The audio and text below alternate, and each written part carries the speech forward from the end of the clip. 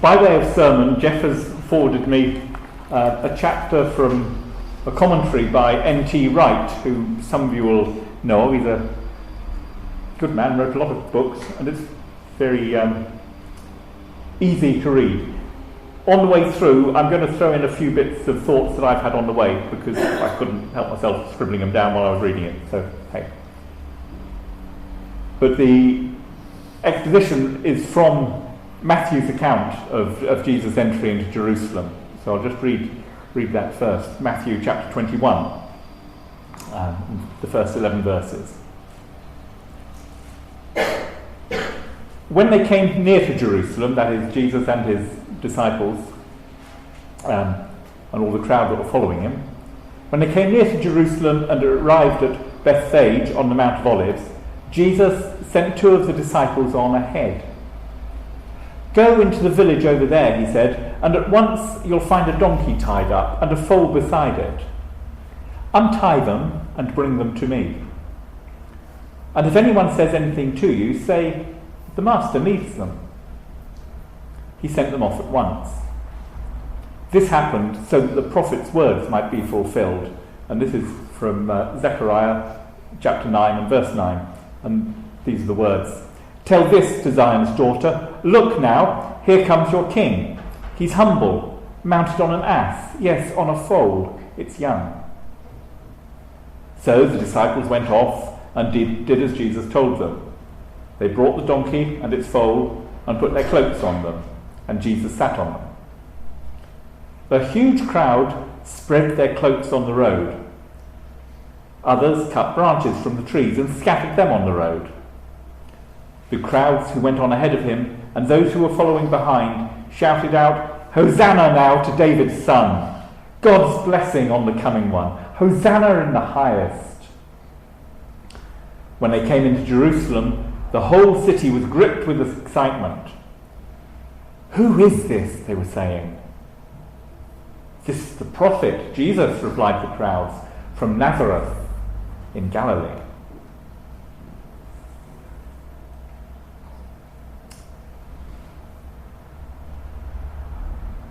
There's a famous story of Sir Walter Raleigh, one of the great explorers and travellers during the reigns of Queen Elizabeth I and King James I of England. On one occasion he was with the Queen when she was walking through London and came to a place where rainwater had made the ground muddy and dirty. He quickly took off his cloak and placed it on the ground so the Queen could walk over without getting mud on her feet. I suspect that to put an analogy of this story into context, it was more likely dust in Jerusalem that was the problem. Now, the tale may or may not be true, though for some years Raleigh certainly was Elizabeth's great favourite, but it illustrates the point of the incident. The story of Raleigh taking off his cloak has become famous, partly because it's not the sort of thing that happens every day.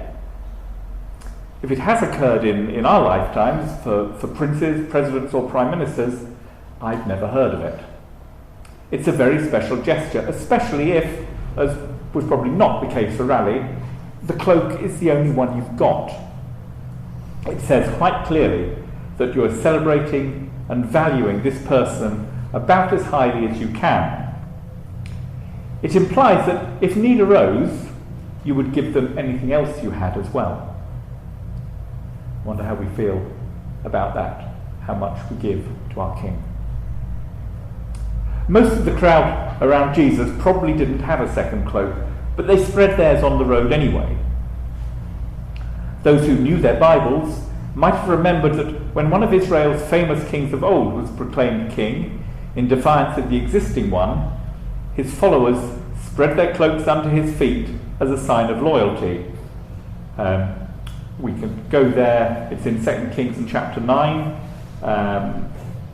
The situation was when Elisha sent a younger prophet off to anoint Jehu king in place of Ahab, who'd become a bad chap. And within that, he condemned Jezebel. I won't read it all now because we'll run out of time.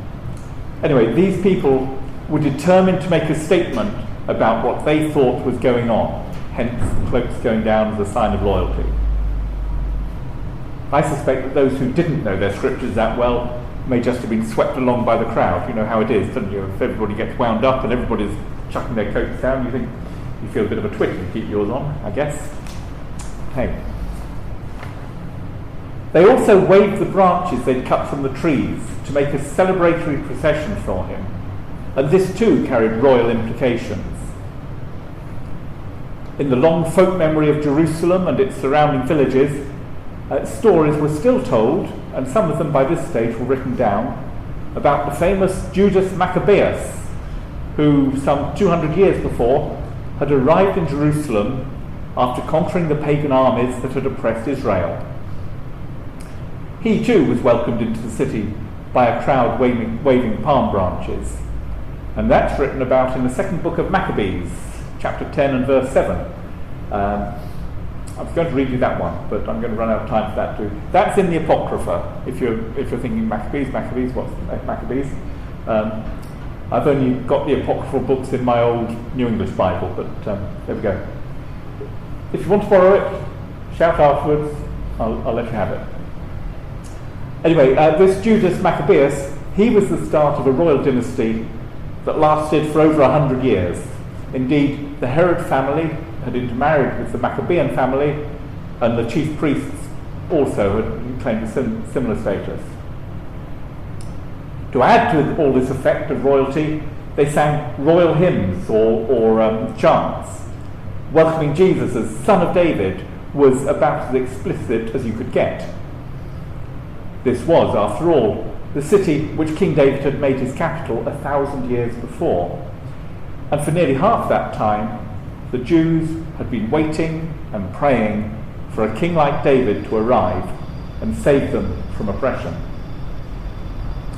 Surely, they thought, this was the moment. The whole procession was saying in its way what James and John and their mother had been saying in their way in the previous chapter of Matthew. That's when James and John's mother comes up and says, "When you come to your kingdom, Lord, grant that I have one son on your right and one on your left." And he says, "Woman, you don't know what you're asking. Are you willing to suffer with me?" "Oh yes, Lord, of course." But that was the incident. But Jesus is going to be the sort of king we want. Let's make that quite clear. But Jesus knows, and Matthew has told us, that nothing is that simple. We know, as Jesus knew, obviously, as he was coming in there, that he has come to Jerusalem not to be enthroned like David or like Judas Maccabeus or like Herod, but to be killed. The meaning Jesus attaches to this so-called triumphal entry is quite different from the meaning that the crowds are wanting to see in it. And that, perhaps, is where we can learn most from this story today. Now, people turn to God notoriously where there is something they want very badly.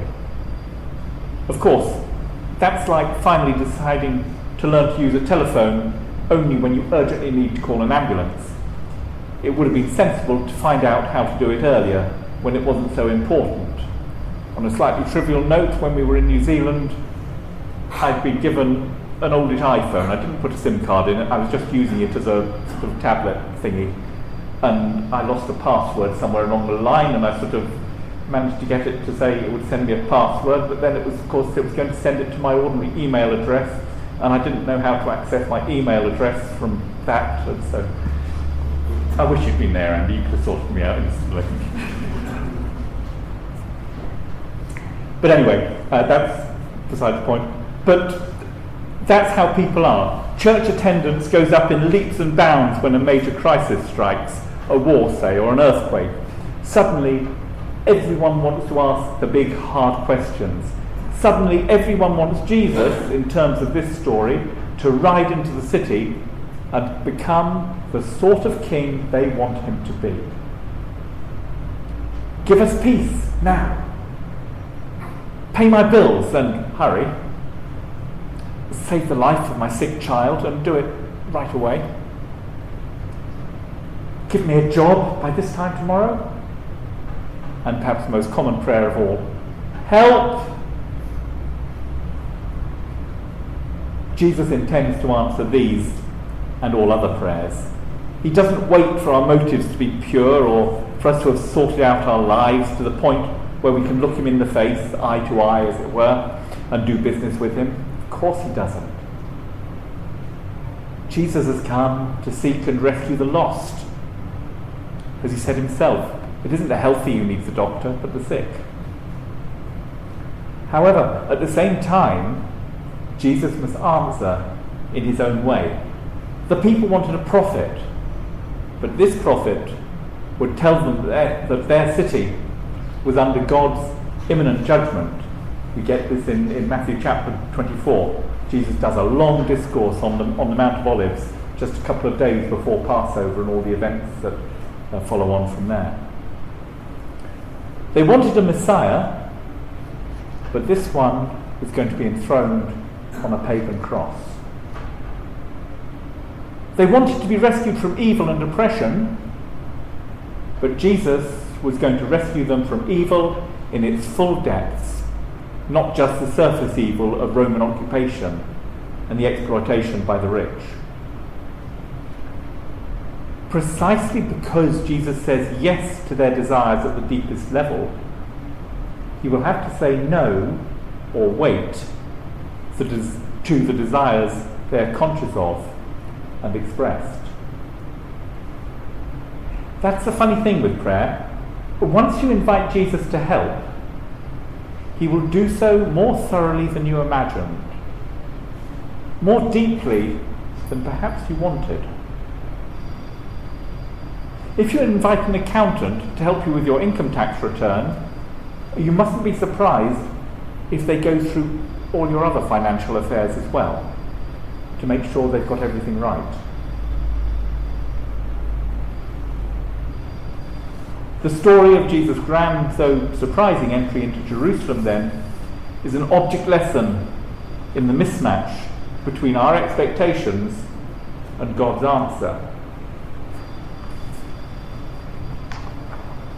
Compare this, it says to Matthew 16 verse 23, where Jesus says something like this to Peter, and that's the bit where Jesus has been explaining what's going to happen when he gets into Jerusalem. He's been explaining it to his disciples, and Peter, bless him, comes and says, "No, Lord, never, that's not going to happen to you, can't be doing with that."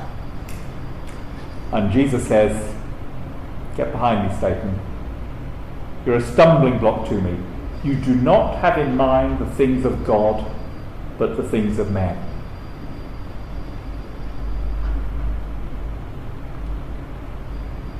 The bad news of the story is that the crowds are going to be disappointed.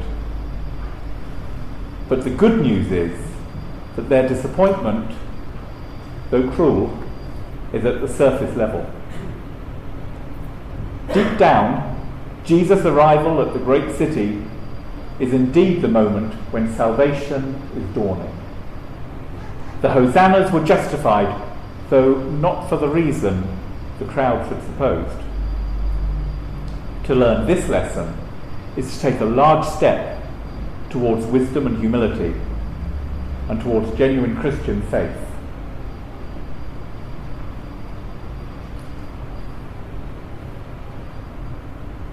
That's from Tom Wright's book, Matthew for Everyone.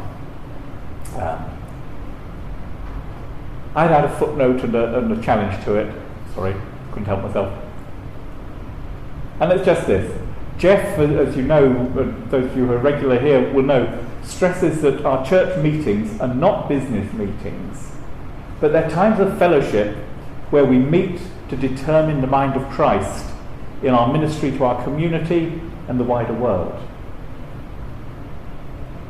My challenge this morning is simply this: are we willing to submit ourselves to the mind of Christ? Think back to that Philippians passage that we read earlier about our attitudes.